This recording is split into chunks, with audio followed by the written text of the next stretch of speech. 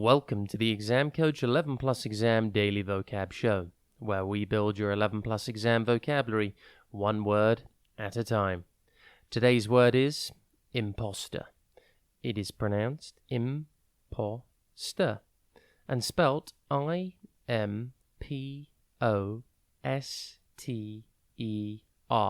Think im, post, and then Imposter means a person who pretends to be someone else in order to deceive others.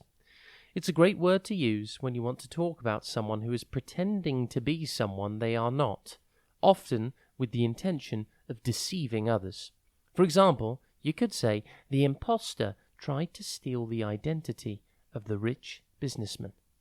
Or, the detective was able to catch the imposter by checking their fingerprints. The word imposter comes from the Latin word imponere, which means to impose. The earliest known use of this word was in the late 1500s in the writings of King James I. You might have heard the word imposter before, maybe in a video game. In the popular game Among Us, players are on a spaceship and need to find out who the imposter is among them before they defeat all the other players.